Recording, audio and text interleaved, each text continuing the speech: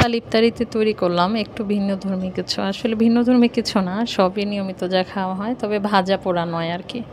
ভাজা পোড়া আমি খুব বেশি খাই না, বিশেষ করে রমজানের সময়। যদিও আমাদের আল্লাহর রহমতে অ্যাসিডিটি কোনো সমস্যা নেই, সুস্থ আছি, তবুও খাই না। তবে ফ্রুটস আমার প্রতিদিনই প্রায় থাকে। আর আমি আনারস খুব বেশি পছন্দ করি। আর বাচ্চার জন্য খুব স্পেশাল একটা নুডলস তৈরি করেছিলাম, চিকেন, কাজু বাদাম, ডিম এগুলো দিয়ে। আর সাথে ছিল হচ্ছে অনেকগুলো সালাদ কেটে নিয়েছিলাম শসা এবং গাজর দিয়ে। আর সেমাইটা আমার খুব পছন্দের খাবার, সেমাই পায়েস। আসলে আমি দুগ্ধজাতীয় খাবার খুব বেশি পছন্দ করি, এজন্য হচ্ছে একটু সেমাই রান্না করলাম, যেটা সচরাচর যাতে কেউ খায় না, কিন্তু ইচ্ছে হয়েছিল খেতে, তাই করলাম।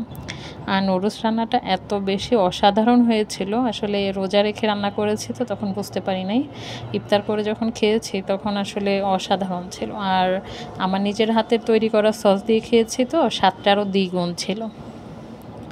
আর গরমের সময় আনারস এবং তরমুজ দুটোই খুব ভালো লাগে, তবে আমি তরমুজের চেয়ে আনারস বেশি পছন্দ করি। আর খেজুর ছাড়া আমি কখনো ইফতার করি না, কারণ খেজুর দিয়ে ইফতার করা সুন্নত, এটা আমি সবসময় পালন করি। আর এই যে বেলের শরবত তৈরি করেছিলাম, নানা বাড়ি থেকে বেল পাঠিয়েছিল, পাকা গাছ পাকা বেল, সে বেল দিয়ে শরবত তৈরি করে নিয়েছিলাম।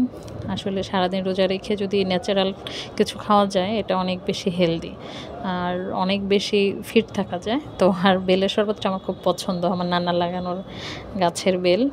নুডলস, আনারস, আরও কিছু ছিল, এগুলো আসলে ইফতারের আগ মুহূর্তে এগুলো ভিডিও করার কথা মনে থাকে না, তো যা সামনে ছিল তাই ভিডিও করলাম, আপনাদের সঙ্গে শেয়ার করলাম।